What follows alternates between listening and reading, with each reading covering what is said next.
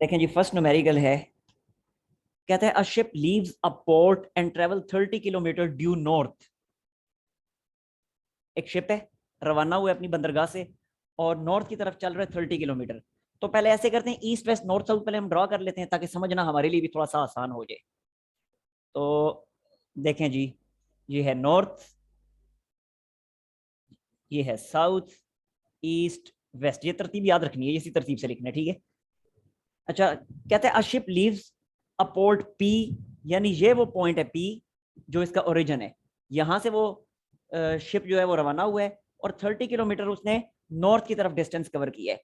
तो देखें, ये यहां से उसने चलना शुरू किया, करते करते करते करते यहां तक वो पहुंच गया, इधर तक। यहां तक कितना डिस्टेंस उसने कवर कर लिया? 30 किलोमीटर का।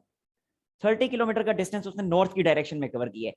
Then it changes then it changes course and travel 30 kilometre in direction 30 degree east to north. यानी नॉर्थ से ईस्ट की तरफ अब वो अपनी जो है ना डायरेक्शन चेंज करता है। यानी सीधा जा रहा था, अब डायरेक्शन चेंज कर ली इस तरह से, नॉर्थ से ईस्ट की तरफ। ठीक है, और कितना चेंज की? 30 डिग्री। 30 डिग्री चेंज की, तो ये 30 डिग्री चेंज करके ये नॉर्थ से ईस्ट की डायरेक्शन में आ गया। So this is the angle of 30 degree. ठीक हो गया जी। अब कितना डिस्टेंस उसने कवर किया इस डायरेक्शन में? कहता है अब उसने 20 किलोमीटर का डिस्टेंस कवर कर लिया। यानी ये वाला जो डिस्टेंस कवर किया, दैट डिस्टेंस इज 20 किलोमीटर्स। सवाल उसका क्या है? सवाल उसका ये है, कहता है calculate the distance from P to R. यानी ये जिस पॉइंट पे आके वो रुक गया है, जिसको पॉइंट आर का नाम दे दिया है, कहता है इस पॉइंट पी से पॉइंट आर तक का डिस्टेंस आपने फाइंड करना है। तो कर लेते हैं हम फाइंड, कोई इतना बड़ा मसला नहीं है। देखें, एक दफा फिर प्रीवियस कॉन्सेप्ट रिकॉल में करता हूं कि जब हमने पोजीशन वेक्टर्स पढ़े थे, लाइक दिस, ये एक्स एक्सिस था, ये हमारा वाई एक्सिस था, और यहां था एक पॉइंट पी। इस पॉइंट का एक्स कोऑर्डिनेट था ए और इसका वाई कोऑर्डिनेट था बी। तो मुझे बताएं कि इसी पॉइंट पी का अगर ये पोजीशन वेक्टर होता था, ये पॉइंट पी का पोजीशन वेक्टर था जिसको हम आर से डिनोट करते थे, इस पोजीशन वेक्टर आर को हम कैसे लिखते थे? क्या ऐसे नहीं लिखते थे, ए आई प्लस बी जे? क्या ख्याल है? यस सर, ऐसे ही लिखते हैं। ऐसे ही लिखते थे। अब अगर पोजीशन वेक्टर हमें मिल जाए तो बड़ी आसानी से इस पोजीशन वेक्टर का मैग्नीट्यूड हम फाइंड कर सकते हैं, जो कि होता है inside the square root A square plus B square. और यही पोजीशन वेक्टर का जो मैग्नीट्यूड होता था, यही होता था distance between point O and point P. तो पोजीशन वेक्टर का जो मैग्नीट्यूड है, that is the distance between O and P. ठीक हो गया। तो बिल्कुल इसी तरह यहां भी हमने डिस्टेंस फाइंड करना है between point P and point R. तो जब पॉइंट पी और आर के दरमियान डिस्टेंस फाइंड करना है, तो फिर हमें पॉइंट आर का पी के रिस्पेक्ट से पोजीशन वेक्टर पता होना चाहिए। ठीक है, और पॉइंट आर का पोजीशन वेक्टर बनाने के लिए क्या हमें चाहिए? पॉइंट आर के कोऑर्डिनेट्स। जैसे यहां पे पॉइंट पी का अगर पोजीशन वेक्टर बनाना था तो पॉइंट पी के कोऑर्डिनेट्स ए और बी पता थे, तो हमने बड़ी आसानी से ए आई प्लस बी जो पोजीशन वेक्टर कंस्ट्रक्ट कर लिया। बिल्कुल इसी तरह यहां भी इस पॉइंट आर के अगर कोऑर्डिनेट्स मुझे पता चल जाएं, तो मैं बड़ी आसानी से पॉइंट आर का पोजीशन वेक्टर पी के रिस्पेक्ट से फाइंड कर सकता हूं, लाइक दिस। और फिर उसका मैग्नीट्यूड फाइंड करके मैं अपना required distance P R distance calculate कर सकता हूं। तो बेसिकली यहां पे मुझे क्या करना है? मुझे पॉइंट आर के दोनों कोऑर्डिनेट्स का पता लगाना है कि पॉइंट आर के दोनों कोऑर्डिनेट्स हैं क्या। तो देखें, पॉइंट आर के कोऑर्डिनेट्स क्या होंगे? बड़ी कॉमन सेंस की बात है, 9th क्लास से हम सीखते चले आ रहे हैं कि पॉइंट आर का एक्स कोऑर्डिनेट होगा ये वाला। यानी पॉइंट आर का एक्स एक्सिस के अलोंग जो डिस्टेंस है, ये पॉइंट आर का एक्स कोऑर्डिनेट होगा। यहां भी लिख भी देता हूं एक्स कोऑर्डिनेट। ठीक हो गया। और इसी तरह ये जो डिस्टेंस होगा वाई एक्सिस के अलोंग इसी पॉइंट आर का जो डिस्टेंस बनेगा, दिस डिस्टेंस, ये डिस्टेंस होगा पॉइंट आर का वाई कोऑर्डिनेट। तो अब मुझे ये एक्स डिस्टेंस और वाई डिस्टेंस फाइंड करने हैं। जब ये आ जाएंगे तो वही होंगे हमारे पॉइंट आर के कोऑर्डिनेट्स। ठीक हो गया जी। अब ये डिस्टेंसेस पहले हम फाइंड कर लेते हैं। सबसे पहले एक्स डिस्टेंस फाइंड करते हैं। देखिए, एक्स डिस्टेंस फाइंड करना कितना आसान है। अब अगर गौर से इसको देखें तो इतना एक्स डिस्टेंस है, ये वाला, ये वाला, ये एक्स डिस्टेंस है हमारा। और ये अगर देखें तो ये राइट ट्रायंगल कंप्लीट हो चुकी है। तो जब ये राइट ट्रायंगल कंप्लीट हो चुकी है, तो मुझे बताएं, अगर मैं इस राइट ट्रायंगल को चले नाम दे देता हूं अपनी आसानी के लिए, इस पॉइंट को ए का नाम दे देता हूं, इस पॉइंट को बी का नाम दे देता हूं, इस वो पॉइंट तो ऑलरेडी आर है। तो मैं कहता हूं in right triangle, in right triangle A B R, ये ए बी आर जो राइट ट्रायंगल है, इसमें मैं कह सकता हूं कि बी आर डिस्टेंस मुझे चाहिए ना, क्योंकि बी आर डिस्टेंस ही एक्स डिस्टेंस के इक्वल है। तो मैं कह सकता हूं कि ए आर स्क्वायर यानी पैथागोरस थ्योरम, ए आर के मैग्नीट्यूड का square that is equal to, that will be equal to what, बल्कि ऐसा करें पैथागोरस थ्योरम भी लगाने की जरूरत नहीं है, पैथागोरस थ्योरम से ये थोड़ी सी कैलकुलेशंस लंबी हो जाएंगी, हमारे पास इसका एक शॉर्टकट मेथड भी है। हम एंगल्स को यूज कर लेते हैं, जब एंगल हमें गिवन है, ये वाला एंगल जब 30 डिग्री हमें गिवन है तो ये एंगल हम यूज कर लेते हैं ना, तो एंगल के ऑपोजिट साइड मैंने फाइंड करनी है बी आर साइड की लेंथ, तो उसके लिए साइन थीटा यूज कर लूंगा। तो ये मैंने लिखा sine of 30 degree is equal to perpendicular यानी A B, sorry perpendicular N R divided by hypotenuse जो कि है ए आर। ठीक है जी। अब देखें अगले स्टेप में एन आर डिस्टेंस जो है यही हमारे एक्स डिस्टेंस के इक्वल है, सो एन आर को मैंने कह दिया एक्स, जबकि ए आर जो है ये तो हमें गिवन है 20, सो ये लिख दिया 20, और साइन 30 क्या होता है, ये होता है 0.5, और अगले स्टेप में 20 इधर आके हो जाएगा मल्टीप्लाई, तो यहां से एक्स की वैल्यू मुझे मिल गई 10, यानी ये एक्स कोऑर्डिनेट पता चल गया मुझे। अब मैंने फाइंड करना है वाई कोऑर्डिनेट। अब जो वाई कोऑर्डिनेट है, देखें वाई कोऑर्डिनेट ये पूरे का पूरा है इतना, लेकिन इस ट्राइंगल से, ये जो ट्राइंगल है ए और एन, इससे मैं जो फाइंड करूंगा वो सिर्फ ए बी डिस्टेंस होगा। तो पहले मैं ए बी डिस्टेंस फाइंड कर लेता हूं, उस ए बी डिस्टेंस में ये नीचे वाला 30 किलोमीटर ऐड करूंगा, तो ऑटोमेटिकली मुझे ये 30 किलोमीटर जो है ये वाला, इस 30 किलोमीटर को जब मैं ए बी डिस्टेंस में ऐड करूंगा तो पूरा वाई डिस्टेंस मुझे मिल जाएगा। तो उससे पहले ए बी डिस्टेंस में कैलकुलेट कर लेता हूं। तो देखें ए बी डिस्टेंस में कैसे कैलकुलेट करूंगा, फिर से इसी राइट ट्राइंगल को मैं यूज करता हूं। मैं कहता हूं once again in the right triangle A B R, और अब मैं यूज करूंगा कॉज ऑफ थीटा, क्योंकि अब एंगल के साथ वाली साइड मुझे फाइंड करनी है ए बी, तो इसलिए कॉस थीटा मैं यूज करूंगा। तो ये मैंने लिखा cos of 30 degree is equal to base जो कि है ए बी, ठीक हो गया, डिवाइडेड बाय हाइपोटेन्यूज जो कि है ए आर। अब cos 30 क्या होता है, ये होता है 0.866 is equal to A B मुझे फाइंड करना है, ऐसे ही लिखूंगा, और ए आर की वैल्यू 20 किलोमीटर ये लिख दी। इधर लाके मल्टीप्लाई करें तो ए बी की वैल्यू क्या आ जाएगी मेरे पास, ए बी लेंथ मेरे पास आ जाएगी क्या बनता है जी, ये बन जाएगा 17.2 आई थिंक बनेगा, चेक कर लीजिएगा। ये आ गई मेरे पास ए बी लेंथ, लेकिन मुझे चाहिए पूरी की पूरी वाई लेंथ, तो वाई लेंथ क्या होगी, this implies that Y was equal to 30 plus A B, 30 plus A B, ठीक है, 30 प्लस ए बी जो कि बनेगा यस सर 30 प्लस 17.2, और वाई लेंथ मेरे पास आ जाएगी 47.2, ये आ गई मेरे पास वाई लेंथ। अब देखें जरा वाई कोऑर्डिनेट भी मुझे मिल गया, एक्स कोऑर्डिनेट पहले ही पता था, वाई कोऑर्डिनेट भी पता चल गया, लिहाजा अब मैं उस पॉइंट आर का पोजीशन वेक्टर लिख सकता हूं। और अब पोजीशन वेक्टर देखें क्या बनेगा, तो position vector of R, position vector of point R का पोजीशन वेक्टर वो बन जाएगा हमारे पास X I plus Y J according to this. तो एक्स की वैल्यू क्या है 10, सो ये मैंने लिखा 10 आई प्लस का साइन, और अब वाई जे यानी 47.2 जे, ठीक हो गया।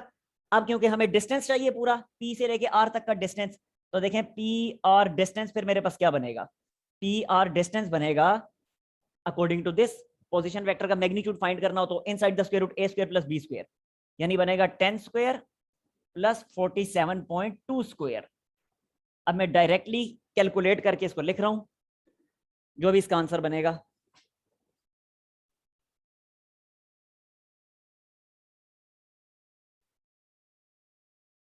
अच्छा जी 47.2 का स्क्वायर,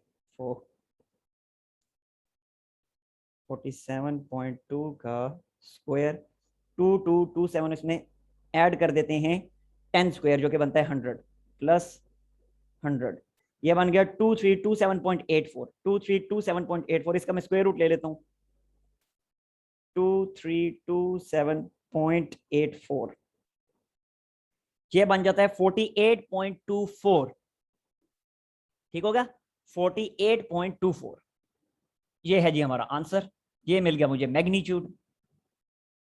ठीक है, सिर्फ मैग्नीट्यूड ही पूछा था, डायरेक्शन भी पूछी है, कैलकुलेट द डिस्टेंस, सिर्फ डिस्टेंस पूछा हुआ था, डायरेक्शन हमसे नहीं पूछी हुई थी। हालांकि आंसर जो बुक में लिखे उसमें उसने डायरेक्शन भी बताई हुई है। तो चले मैं भी आपको बता देता हूँ डायरेक्शन भी कैसे फाइंड की जाती है, ताकि अगर कल को पूछ लिया जाए तो आपको पता हो डायरेक्शन कैसे फाइंड की जाती है। डायरेक्शन वैसे ही फाइंड की जाती है, आसान तरीका है कि अगर ये यूनिट वेक्टर है और अगर हमें इस पोजीशन वेक्टर की डायरेक्शन यानी ये एंगल फाइंड करना है, तो कैसे फाइंड करते थे, ये होता था theta was equal to tan inverse of क्या, b बाई ए।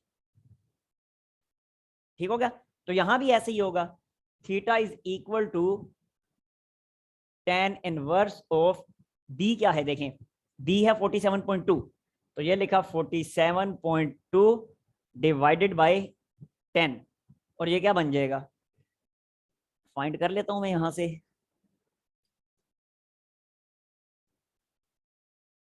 ये बनता है जी tan इनवर्स ऑफ 4.72 ये बनता है 78.03, बस 78 ही आप कर लें, बस अप्रोक्सीमेटली 78 ही बनता है, 78 डिग्री।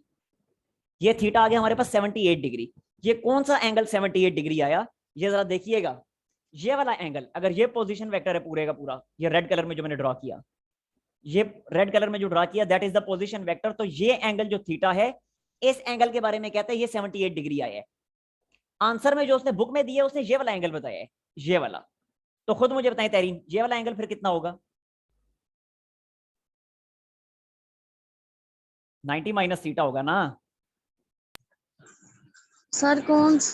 ये वाला, अच्छा अच्छा अच्छा, ये 90 जी माइनस जी थीटा जी होगा जी ना। सर। हाँ, अभी थीटा जी अभी अगर थीटा 78 डिग्री आया है, तो बुक में उसने ये वाला आंसर बताया, तो ये वाला एंगल फिर कितना होगा, ये 12 होगा ना फिर। सर, ये तो 90 होगा। ओफो, ये इतना, ये वाला ये तो 12 जी होगा जी ना, सर। क्योंकि थीटा की वैल्यू जी हमने कैलकुलेट की 78 है, तो बाकी ये वाला 12 बनेगा। तो ये मैंने लिख दिया 12 डिग्री, जी 12 डिग्री ईस्ट ऑफ नॉर्थ, यानी नॉर्थ के ईस्ट में मतलब 12 degree, 90 minus yes 90 90 minus, minus 78 करेंगे यस ना। यस, जाहिर है पूरा पूरा एंगल तो 90 होगा ना नॉर्थ और ईस्ट के दरमियान, जी पूरा जी तो सर। 90 है। अब अगर ये वाला थीटा है रेड कलर में, तो जो बाकी इतना बचेगा वो फिर 90 माइनस थीटा। ठीक हो गया, क्लियर ये, जी सर। ले लें इसका स्क्रीनशॉट जल्दी से, यस सर, क्लियर। स्क्रीनशॉट ले लें जल्दी से। सर हो गया। अच्छा जी,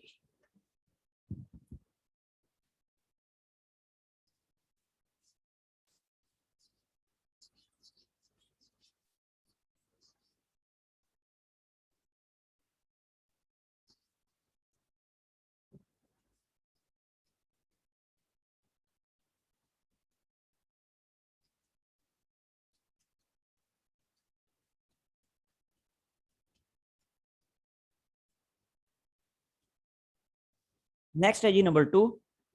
नंबर 2 ऐसे ही है जैसे पिंडी बोर्ड की बुक में इसी से मिलता जुलता क्वेश्चन था, फर्क सिर्फ ये है कि वहां पे 2 कोऑर्डिनेट्स हैं, यहाँ 3 कोऑर्डिनेट्स हैं, और कोई फर्क नहीं है।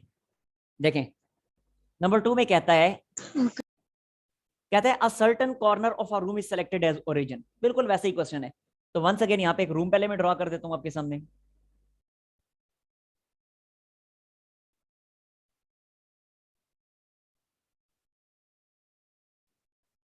नहीं जी, this is a room. Sir इनमें फिगर्स ड्रॉ करना मस्ट है ना?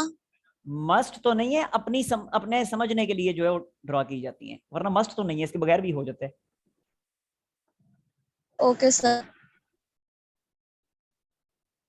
X axis, Y axis, Z axis, ठीक है, ये रूम है और ये X axis, Y axis, Z axis है, तीनों एक्सिस पॉइंट पे मिल रहे हैं, so this point is origin. अच्छा जी, अब आगे देखें, a certain corner of room is selected as origin of the rectangular coordinate system if an insect is sitting on the adjacent wall at a point। कहते हैं insect है वो किसी साथ वाली दीवार पे बैठा हुआ है, इस दीवार पे सपोज करें जो पिछली दीवार है उस पे बैठा हुआ है, और इस जगह पे है वो इंसेक्ट, ये पॉइंट पी है जिस जगह पे इंसेक्ट सब मौजूद हैं। कहते हैं इसके कोऑर्डिनेट्स क्या हैं इस पॉइंट के, इसके कोऑर्डिनेट्स है 210 ये इस पॉइंट पी के कोऑर्डिनेट्स हैं। कहता है what is the distance of the insect from this corner of the room, insect जिस पॉइंट पी पे है उस पॉइंट का इस रूम के इस कॉर्नर से यानी ओरिजिन से डिस्टेंस कितना है आपने ये कैलकुलेट करना है। तो देखिए कितना आसान है। वंस अगेन कोऑर्डिनेट्स हमें गिवन है ना, तो पोजीशन वेक्टर इसका ड्रॉ कर लें। So this is the position vector, इसको मैंने नाम दे दिया आर का। तो पोजीशन वेक्टर बनेगा क्या, ये बनेगा 2i प्लस 1j, जिसको j ही लिखा जाएगा, प्लस 0k। 0k का क्या मतलब है, 0k का मतलब है कि, एक minute, 2i plus j, 0k का मतलब है कि वो k वाला जो पूरे का पूरा है वो ये पूरी की पूरी टर्म ही गायब हो जाएगी। समझ आई। अब देखें फाइनल फॉर्म जो बनी पोजीशन वेक्टर की, उसमें सिर्फ i और j मौजूद हैं। तो सिर्फ i और j जब मौजूद हैं, इसका मतलब है कि वो इंसेक्ट जो है वो एक्स वाई प्लेन में मौजूद है, जी प्लेन में नहीं है, स्पेस में नहीं है, ये प्लेन के अंदर मौजूद है। तो ये तो सेम वही वाला क्वेश्चन अब बन गया जो पिंडी बोर्ड की बुक में था, 100% अब वही है। ठीक है, तो अब जरा देखें। जी सर। अब जरा अगर हमने डिस्टेंस फाइंड करना है ओ से पी तक का डिस्टेंस, तो ओ पी डिस्टेंस क्या होगा, ओ पी डिस्टेंस दरअसल होगा इसी पोजीशन वेक्टर का मैग्नीट्यूड। और मैग्नीट्यूड फाइंड करने का तरीका भी हम देख चुके हैं, ये होगा आई का कोऑर्डिनेट जो है, सॉरी आई का जो कोएफिशिएंट है 2, इसका स्क्वायर प्लस जे का कोएफिशिएंट 1 है तो 1 का square, and finally it becomes what, that becomes √5। खत्म। क्लियर। हाँ जी, आ गई समझ। जी सर आ गए। नेक्स्ट है नंबर 3। नंबर 3 में वो कहता है, ये भी पिंडी बोर्ड की बुक में मौजूद है, कहता है magnitude of dot and cross product of two vectors are 6√3 and 6। कहता है डॉट प्रोडक्ट का जो मैग्नीट्यूड है, यानी दो वेक्टर्स हैं अगर हमारे पास ए और बी, तो उनकी जो डॉट प्रोडक्ट का जो मैग्नीट्यूड बनेगा, ए डॉट बी मैग्नीट्यूड, इसके बारे में कहते हैं कितना है ये है 6√3। जबकि क्रॉस प्रोडक्ट के मैग्नीट्यूड के बारे में कहता है वो कितना है, क्रॉस प्रोडक्ट का मैग्नीट्यूड कितना है, वो है 6। आपने क्या करना है, find the angle between these two vectors. यही जो दो वेक्टर्स ए और बी हैं जिनकी डॉट और क्रॉस प्रोडक्ट की बात हो रही है, इन्हीं वेक्टर्स के दरमियान क्या एंगल बन रहा है, आपने वो एंगल फाइंड करके दिखाना है। तो बहुत आसान, हम लिख सकते हैं बड़ी आसानी से कि A dot B magnitude divided by A cross B magnitude, यानी इनको डिवाइड कर दें, या ऐसे करें ए क्रॉस बी ऊपर कर लें, ए डॉट बी नीचे कर लें। क्यों, अभी उसकी रीजन पता चल जाती है आपको। That will be equal to 6 divided by 6√3। ये दोनों तो हो गए कैंसिल। अब ए क्रॉस बी मैग्नीट्यूड क्या होता है, वो होता है A B sine of theta, यानी डायरेक्शन का जिक्र हम नहीं करेंगे जब मैग्नीट्यूड की बात करेंगे। ठीक है, तो ये बनेगा ए बी साइन थीटा, और नीचे ए डॉट बी का मैग्नीट्यूड क्या बनेगा, वो होगा ए बी कॉस थीटा, और ये बना 1/√3। अब दोनों ए बी कैंसल, बाकी बना tan theta is equal to 1/√3। तो इसलिए मैंने क्रॉस प्रोडक्ट को ऊपर लिखा था ताकि साइन ऊपर चला जाए और sine divided by cos tan बने, वरना अगर कोस को ऊपर लिखता तो वो कोस बाय साइन बनता, that is equal to cot. Answer उससे भी सेम आएगा, आंसर पे कोई फर्क नहीं पड़ेगा, बस कैलकुलेशंस के एक दो स्टेप्स एक्स्ट्रा हो जाएंगे। ठीक है, तो स्टेप्स बचाने के लिए मैंने क्रॉस प्रोडक्ट को ऊपर लिखा ताकि टेन थीटा बने। अच्छा, now theta is equal to tan inverse of 1/√3। तो ये कौन सा एंगल बनेगा, टेन इनवर्स ऑफ 1/√3, ये बनता है आई थिंक 60 डिग्री बनता है, ऐसे ही है, 30 बनता है। टेन इनवर्स ऑफ 1, पता नहीं, ये मुझे कभी भी याद नहीं होता हमेशा, बरल कैलकुलेटर से चेक कर लीजिएगा, ये 30 डिग्री बनता है, टेन इनवर्स ऑफ 1/√3। ठीक है, हाँ जी, समझ आई नहीं आई जी तहरीम।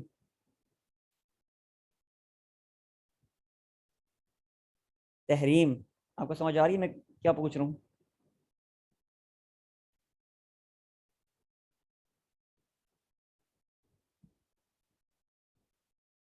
ओके,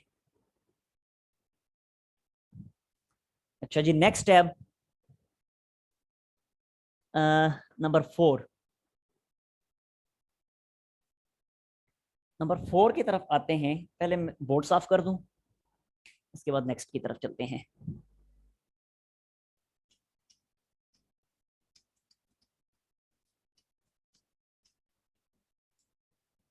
देखें जी, नेक्स्ट शॉर्ट क्वेश्चन है नंबर 4।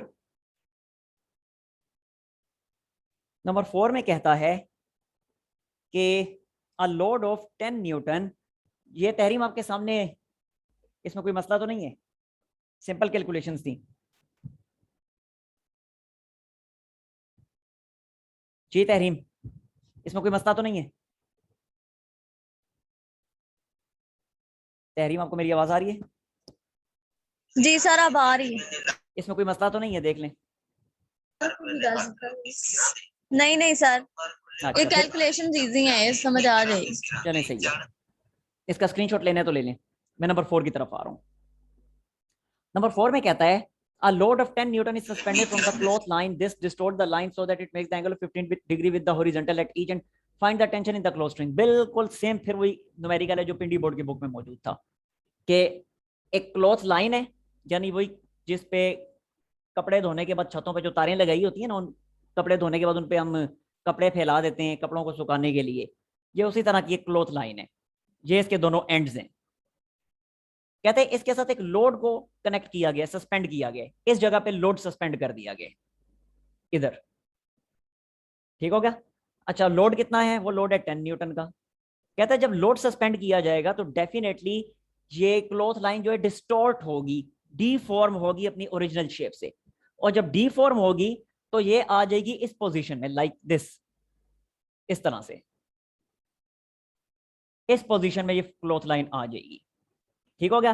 तो ओरिजिनल शेप जो है वो डिस्टॉर्ट हो जाएगी। अब ये जो नीचे आपको दिखाई दे रही है, ये अब इसकी फॉर्म है, ये वाली और ये वाली, इस फॉर्म में ये भी मौजूद है। कहते हैं जब डिस्टॉर्ट होगी तो अब जो एंगल बनाएगी वो एंगल दोनों एंड्स पे 15-15 डिग्री का बनेगा। ये एंगल भी 15 डिग्री है, ये एंगल भी 15 डिग्री है, तो ये 15-15 डिग्री के दो एंगल्स बनेंगे। उसका सवाल क्या है? कहता है कि find the tension in the cloth line. इसमें टेंशन कितनी होगी क्लॉथ लाइन में? यानी आपने यहाँ पे टेंशन होगी इस डायरेक्शन में, इसे मैं T1 का नाम दे देता हूँ। यहाँ टेंशन होगी इस डायरेक्शन में, इसे T2 का नाम देता हूँ। कहता है आपने ये टेंशन फाइंड करनी है। अच्छा, आप देखें टेंशन फाइंड करने के लिए वंस अगेन एक चीज देखिएगा कि ये जो इसका जो वेट है वो डाउनवर्ड डायरेक्शन में है। तो जब वेट डाउनवर्ड डायरेक्शन में है तो डेफिनेटली वेट को बैलेंस करने के लिए कोई ना कोई फोर्स एग्जैक्टली इसके ऑपोजिट अपवर्ड डायरेक्शन में मौजूद होनी चाहिए, तभी ये इक्विलिब्रियम में रह सकती है। अभी फिलहाल यहाँ पे कोई फोर्स हमें ऐसी नहीं दिखाई दे रही जो इसके एग्जैक्टली ऑपोजिट डायरेक्शन में हो। तो एग्जैक्टली ऑपोजिट डायरेक्शन में जो फोर्स है वो फाइंड करने के लिए हम इन दोनों टेंशंस को रिजोल्व कर लेंगे इनके कंपोनेंट्स में। तो पहले देखिए ये टेंशन T1 जो है, अगर इसको इसके कंपोनेंट में मैं रिजोल्व करता हूं तो एक कंपोनेंट इसका ऐसे बनेगा एग्जैक्टली अपवर्ड, डायरेक्टली अपवर्ड, और एक कंपोनेंट इस डायरेक्शन में बनेगा। ठीक है? अच्छा, अब तहरीम आप मुझे बताएं, ये वाला जो टेंशन का कंपोनेंट है, इस कंपोनेंट का क्या नाम होगा जी? जल्दी से बताएं। ये डायरेक्टली अपवर्ड जो कंपोनेंट है ये कौन सा होगा? देखें एंगल के ऑपोजिट है ना, तो होगा T1 साइन ऑफ 15, और जो एंगल के साथ बन रहे इस डायरेक्शन में बन रहे वो होगा T1 cos ऑफ 15। ठीक है? बिल्कुल इसी तरह ये टेंशन T2 जो है इसको भी इसके कंपोनेंट्स में मैं रिजोल्व करता हूं, तो वंस अगेन एक कंपोनेंट इसका ये बनेगा इस डायरेक्शन में, और दूसरा एग्जैक्टली इसके ऑपोजिट जो कि बिल्कुल पहले वाले कंपोनेंट के साथ कोइंसाइड करेगा, उसके एग्जैक्टली ऊपर होगा। तो ये हुआ T2 साइन ऑफ 15, और ये वाला T2 cos ऑफ 15। जी मुझे बताइए, ये चीज समझ आई आपको? एंगल के ऑपोजिट जो बन रहा होता है वो साइन के साथ होता है, और एंगल के साथ वाला जो है वो कॉस के साथ बन रहा होता है। अच्छा, अब जरा देखें, अब मैं इक्विलिब्रियम की कंडीशंस अप्लाई कर सकता हूं by first condition of equilibrium. By first condition of equilibrium, तो इक्विलिब्रियम की फर्स्ट कंडीशन में अप्लाई कर रहा हूं। मैं लिखूंगा summation F X equal to 0, यानी एक्स डायरेक्शन में एक्ट करने वाली तमाम फोर्सेस का सम 0 है। तो एक्स डायरेक्शन में देखें कौन कौन सी फोर्सेस एक्ट कर रही हैं। एक है T2 cos 15 और एक है T1 cos 15, और है भी दोनों एग्जैक्टली ऑपोजिट डायरेक्शन में, तो इसलिए एक के साथ पॉजिटिव साइन आएगा और दूसरी के साथ नेगेटिव साइन आएगा। ये आपकी अपनी चॉइस है, जिसके साथ दिल चाहता है पॉजिटिव कर लें, जिसके साथ दिल चाहता है नेगेटिव कर लें। And this is equal to 0, जिसको अगले स्टेप में लिखा जाएगा T1 cos of 15, T1 cos of 15 is equal to T2 cos of 15। अब दोनों cos 15 cos 15 कैंसिल, तो बाकी यहाँ पे हमारे पास क्या आया, हमारे पास आया कि T1 और T2 इक्वल हैं। तो जब दोनों इक्वल हैं तो इनको एक ही नाम दे देते हैं, टी का नाम दे दिया दोनों को, ठीक हो गया। अब पहले भी हमने यूज किया summation F X equal to 0, अब यूज करते हैं summation F Y equal to 0, यानी वाई डायरेक्शन में एक्ट करने वाली तमाम फोर्सेस का सम भी 0 है। अब वाई डायरेक्शन में जो फोर्सेस एक्ट कर रही हैं कौन कौन सी हैं, एक फोर्स है T1 sin 15 अपवर्ड, दूसरी है T2 sin 15 अपवर्ड, और तीसरी है वेट डाउनवर्ड। तो मैं लिख सकता हूं T1 sin 15, T1 sin of 15 plus T2 sin of 15, और वेट क्योंकि डाउनवर्ड है सो उसके साथ नेगेटिव साइन आएगा, ठीक हो गया। अब यहां पे देखें जरा, वैल्यूज पुट करते हैं। T1 और T2 इक्वल है, इन्हें हमने T का नाम दिया था, तो यहां भी मैं लिखता हूं T, यहां sin 15 ऐसे ही लिखा, अभी इसकी वैल्यू देख लेते हैं। फिर यहाँ पे T2 की जगह पे लिखा T, sin 15 ऐसे ही लिखा, इज इक्वल टू W को उधर शिफ्ट किया, और साथ ही साथ W की वैल्यू पुट कर दी जो कि है 10, ठीक हो गया। अब ये बन गया 2T sin of 15 is equal to 10। तो यहां से T किसके इक्वल आएगा, ये बनेगा, पहले तो यहाँ पे कैंसिल करें, 2 1s एंड 2 5s, तो ये बनेगा 5 डिवाइडेड बाई साइन ऑफ 15, और कैलकुलेटर से इसको कैलकुलेट कर लेते हैं। 5 divided by sine of 15, 5 divided by sine of 15, यह बनता है 19.31 डिग्रीज, 19.31 डिग्रीज। तो इतनी टेंशन है न्यूटन्स। हाँ जी, क्लियर जी। तहरीम समझ आई नहीं आई,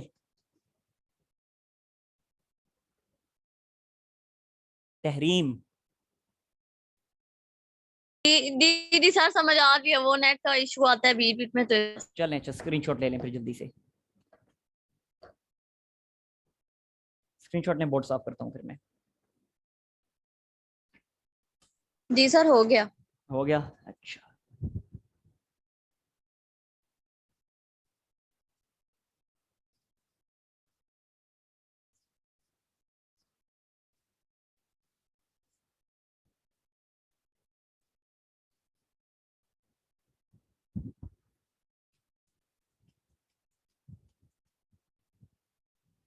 नेक्स्ट है जी नंबर 5।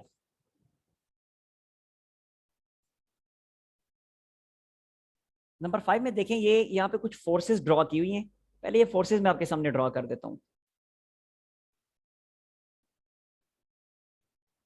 ये है एक्स एक्सेस, यहाँ है हमारा वाई एक्सेस, और ये एक फोर्स है इस डायरेक्शन में। इस फोर्स के बारे में कहते हैं दैट इज 100 न्यूटन, और एंगल ये कितना बना रही है, एंगल बना रही है 45 डिग्री का। एक दूसरी फोर्स है जो कि है इस डायरेक्शन में, ये बना रही है 110 डिग्री का एंगल, 110 न्यूटन की है, सॉरी 110 डिग्री नहीं, 110 न्यूटन की है। और एंगल जे कितना बना रही है पता नहीं, यहाँ तो मुझे कुछ समझ नहीं आ रहा। देखें तहरीम अपनी बुक में, इसी एंगल को इसने 30 डिग्री का हुआ है, मेरे पास जो बुक है इसमें तो कुछ समझ नहीं आ रही। जी सर। नंबर किसने लिखा हुआ है, लगाइए जरा। अब इसी तरह ये एक और है 160 न्यूटन, और यहाँ पे इस वाले एंगल को 20 का हुआ है। जी तहरीम बताइए मुझे। मतलब इसमें नंबर इसलिए लिखा हुआ है ना कि ये उन्होंने सर इसमें कोई इतना क्लियर नहीं, सर इसमें कोई इतना क्लियर नजर नहीं आ रहा। अच्छा, फिर ये सारी बुक मतलब बोर्ड इतना क्लियर नजर नहीं आ बोर्ड क्लियर नजर नहीं आ रहा। रहा। ये सर वो नेट स्लो है ना, तो इस वजह से बोर्ड इतना क्लियर नजर नहीं आ रहा। ओफो, फिर आपको समझ कैसे आएगा। जबकि ये दूसरी एक और फोर्स है 80 न्यूटन। सर चलें अच्छा करते हैं, हम कोशिश करते हैं समझाने की। अच्छा देखें, ये कुछ जो है कन्फिग्रेशन ड्रा की हुई है, कहते हैं these are four coplanar forces, यानी ये चारों फोर्सेस एक ही प्लेन में लाई करती हैं। आपने इनका रिजल्टेंट फाइंड करना है, फाइंड देयर रिजल्टेंट, यानी चारों फोर्सेस मिलके जो रिजल्टेंट बनाएंगी, जो रिजल्टेंट फोर्स बनाएंगी, उस रिजल्टेंट फोर्स का मैग्नीट्यूड और उसकी डायरेक्शन फाइंड करें। जब वो कह रहे हैं ना फाइंड द रिजल्टेंट फोर्स, तो फोर्स का तो मैग्नीट्यूड डायरेक्शन दोनों होते हैं ना, तो इसका मतलब है फिर हमें मैग्नीट्यूड और डायरेक्शन दोनों फाइंड करने पड़ेंगे। ठीक हो गया। अच्छा अब जरा देखें, फिर स्टार्ट करते हैं। अब हमारा जो है वो प्रोसीजर क्या होगा रिजल्टेंट फोर्स फाइंड करने का। तो देखें रिजल्टेंट फोर्स हम फाइंड करने का हमारा प्रोसीजर ये होगा, हमें पता है कि रिजल्टेंट का जो एक्स कंपोनेंट होता है वो क्या होता है, वो होता है फर्स्ट वेक्टर का X component plus second vector का X component plus third vector का X component plus fourth vector का एक्स कंपोनेंट। इसी तरह रिजल्टेंट का वाई कंपोनेंट क्या होता है, फर्स्ट वेक्टर का Y component plus second vector का Y component plus third vector का Y component plus fourth vector का वाई कंपोनेंट। और जब कंपोनेंट्स आ जाते हैं तो अब रिजल्टेंट का मैग्नीट्यूड क्या होता है, वो होता है कि रिजल्टेंट के एक्स कंपोनेंट का स्क्वायर प्लस रिजल्टेंट के वाई कंपोनेंट का स्क्वायर। तो ये वो प्रोसीजर है, ये वो रूल है जिसके अकॉर्डिंग हम रिजल्टेंट फाइंड करेंगे। तो सबसे पहले देखें इन सब के एक्स कंपोनेंट्स को हम डिस्कस कर लेते हैं। अच्छा मैं ऐसे करता हूँ, इनको नाम भी दे देता हूँ, इस वाले को मैं ए का नाम दे देता हूँ, इसे बी का नाम दे देता हूँ, इसे सी का नाम दे देता हूँ और इसे डी का नाम दे देता हूँ।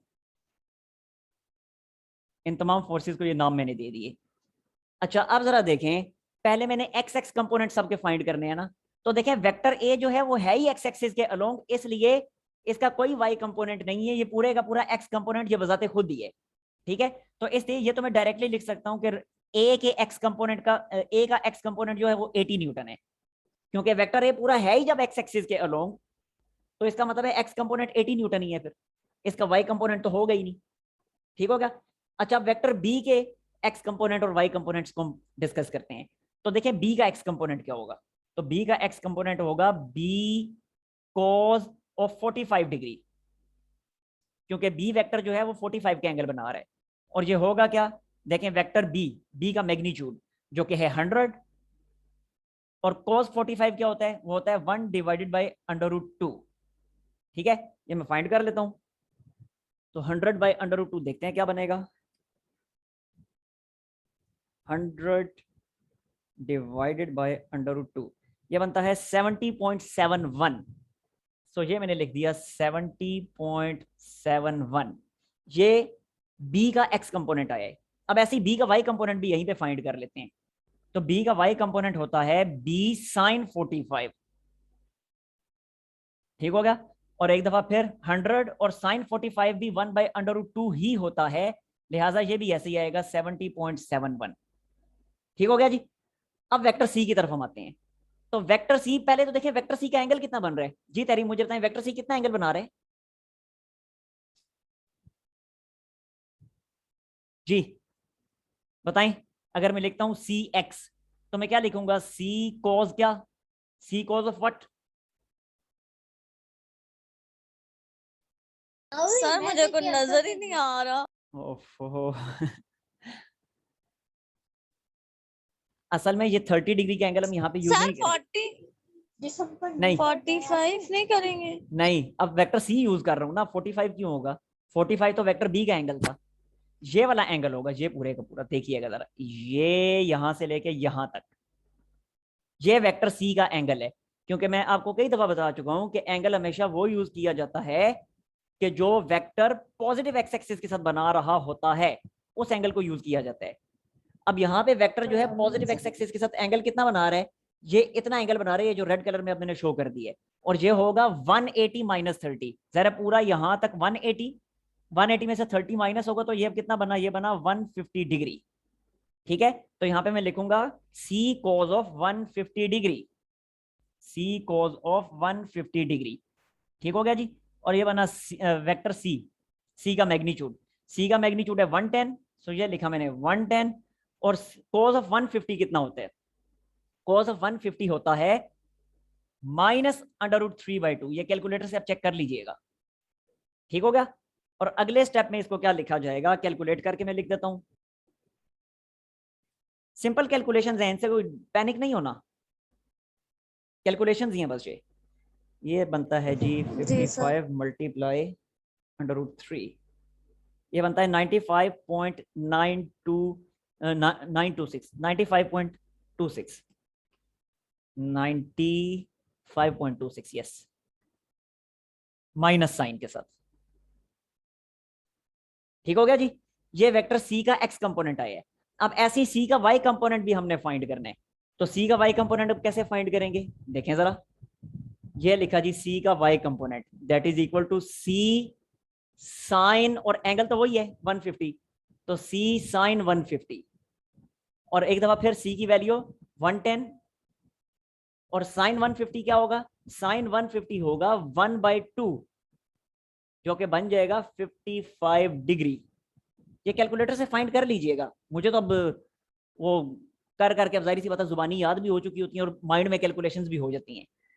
अच्छा सी वाई भी हो गया, अब आते हैं वेक्टर डी की तरफ। अब डी का एक्स कंपोनेंट फाइंड करते हैं। डी का एक्स कंपोनेंट क्या होगा, ये होगा डी कॉज ऑफ जी, तहरीमा आप बताएं वेक्टर डी क्या एंगल बना रहा है। सर मुझे कुछ नजर ही नहीं आ रहा, मैं क्या बताऊं। वेक्टर डी का जी एंगल होगा, ये ग्रीन कलर में है, इतना पॉजिटिव एक्स एक्सिस के साथ जी एंगल बनता है। और ये बनता कितना है, पूरा स्ट्रेट लाइन एंगल 180 था, 180 में 20 ऐड किया तो बन गया 200 डिग्री। ठीक हो गया। तो ये लिखा G D cause of 200 degree, D cause of 200 degree. और अगले स्टेप में डी की जगह डी की वैल्यू जो कि है 160, और कॉज 200 कितना होता है ये अब कैलकुलेट करना पड़ेगा। कॉज 200, कॉज ऑफ 200 ये होता है -0.939, -0.939, -0.939।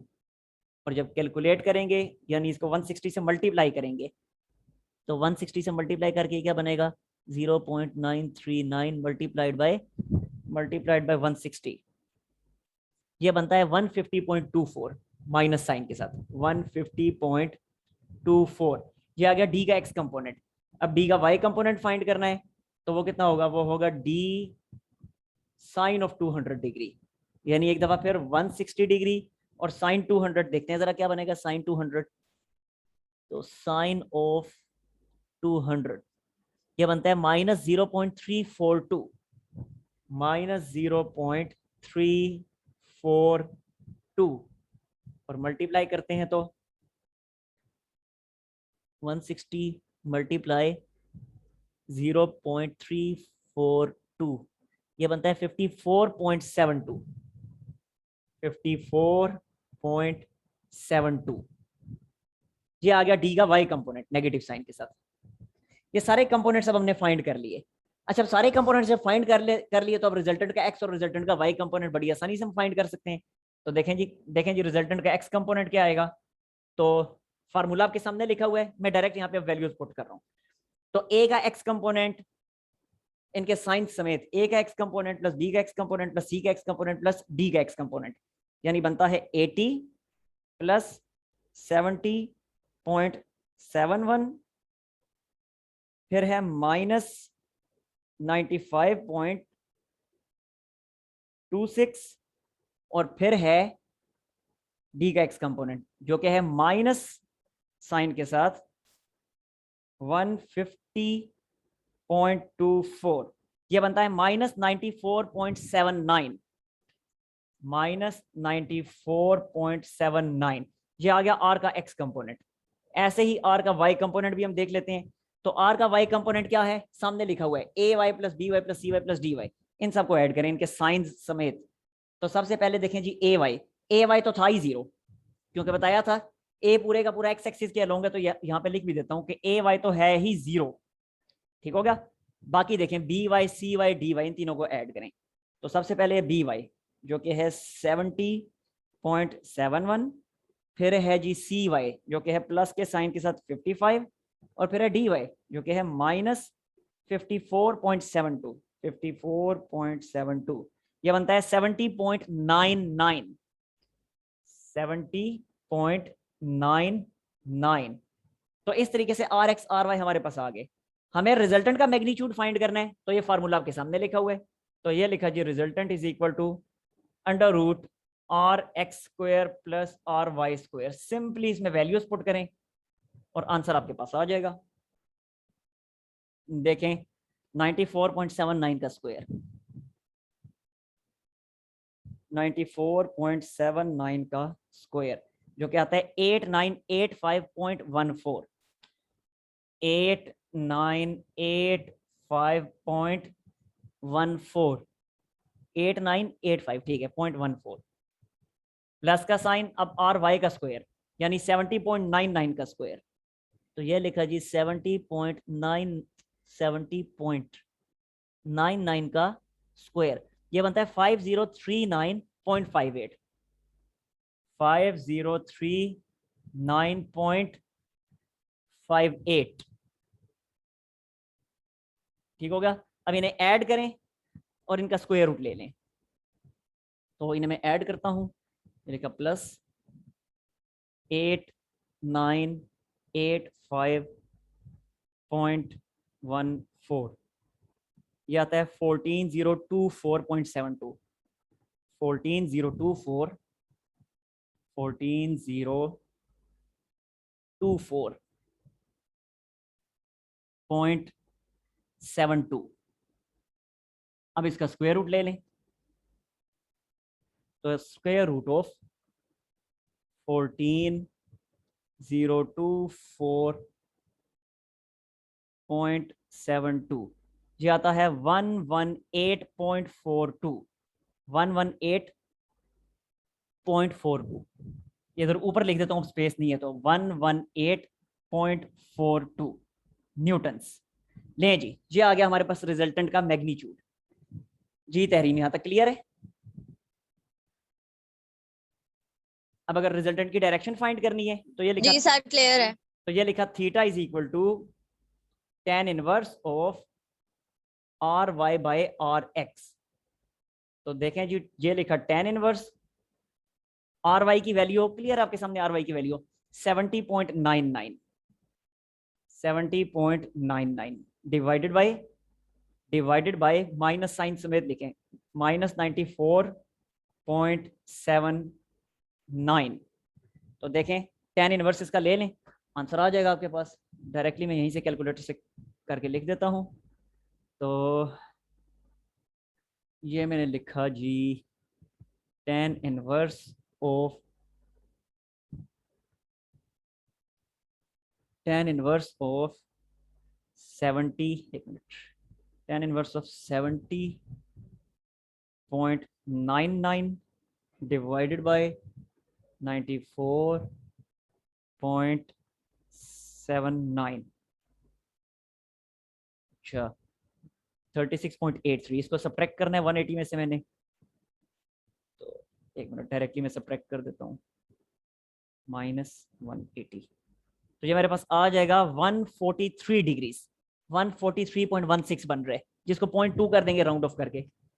तो ये लिखा 143.2 डिग्रीज। लें जी, ये एंगल भी आ गया जी, कोई मसला इसमें। थोड़ा सा लेंथी जरूर था लेकिन था बिल्कुल सिंपल, मुश्किल नहीं है इसमें कुछ भी। सिंपली वही फार्मूले जो टॉप पे मैंने लिखे हैं वो यहाँ पे यूज हो रहे हैं, और तो कुछ भी नहीं था। जी तहरीम क्लियर है ये? जी सर क्लियर है। चलें फिर ले लें इसका स्क्रीनशॉट जल्दी से। सर लेकिन यहाँ पे सवाल थोड़े लंबे हैं। हाँ थोड़े से लंबे जरूर हैं। एक जो पंजाब बोर्ड की जो बुक है ना, उसमें थ्योरी ज्यादा अच्छी लिखी हुई है, एक्सप्लेन ज्यादा अच्छा किया हुआ है, और जो क्वेश्चंस हैं न्यूमेरिकल्स हैं वो यस सर। केपी के बोर्ड की बुक में जरा ट्रिकी है। यानी जिसने अगर लर्निंग करनी हो, कुछ सीखना हो, तो उसे चाहिए कि वो थ्योरी पढ़े पंजाब बोर्ड की बुक से, और जो न्यूमेरिकल्स हैं वो यहाँ से करे, वो वाले भी करे लेकिन ये वाले भी करे, इससे ज्यादा अच्छी लर्निंग होगी। चलें अच्छा, अब इसका लें जी स्क्रीनशॉट सर। लें जल्दी। सर हो गए। हो गए। अच्छा नेक्स्ट फिर मैं आता हूँ, नंबर 5 किया था, यस नंबर 6 की तरफ आता हूँ अब मैं।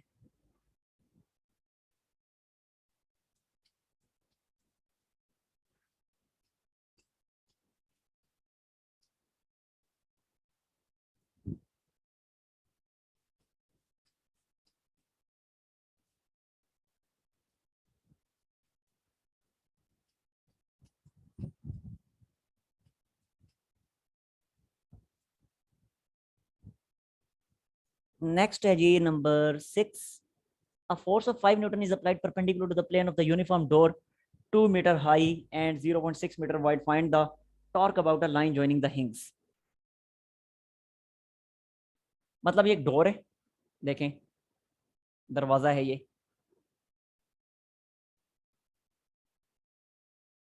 दरवाजा है और ये इसकी हिंग्स हैं। हिंग्स मतलब वो कब्जे, जिसको उर्दू में हम कहते हैं कब्जे, जिसके जरिए ये उसके वॉल के साथ, दीवार के साथ कनेक्टेड होते हैं, तो ये इसकी हिंग्स हैं। ठीक हो गया। अच्छा अब कहता क्या है, a force of 5 newton is applied perpendicular to the plane of a uniform door. 5 newton की फोर्स चाहिए इसको रोटेट करवाने के लिए of a uniform door 2 metre high. इसकी जो हाइट है इस दरवाजे की ये है 2 मीटर एंड 0.6 मीटर वाइड, यानी इसकी ये जो चौड़ाई है इतनी, ये चौड़ाई कितनी है 0.6 metres. Find the torque about the line joining the hinges. तो ये जो हिंग्स को ज्वाइन करने वाली जो लाइन है, ये वाली जो लाइन है, ये डॉटेड लाइन जो मैंने ड्रॉ कर दी है, इस लाइन के अबाउट कितना टॉर्क प्रोड्यूस होगा अगर फोर्स जो है वो हम अप्लाई करते हैं 5 न्यूटन की। ठीक है।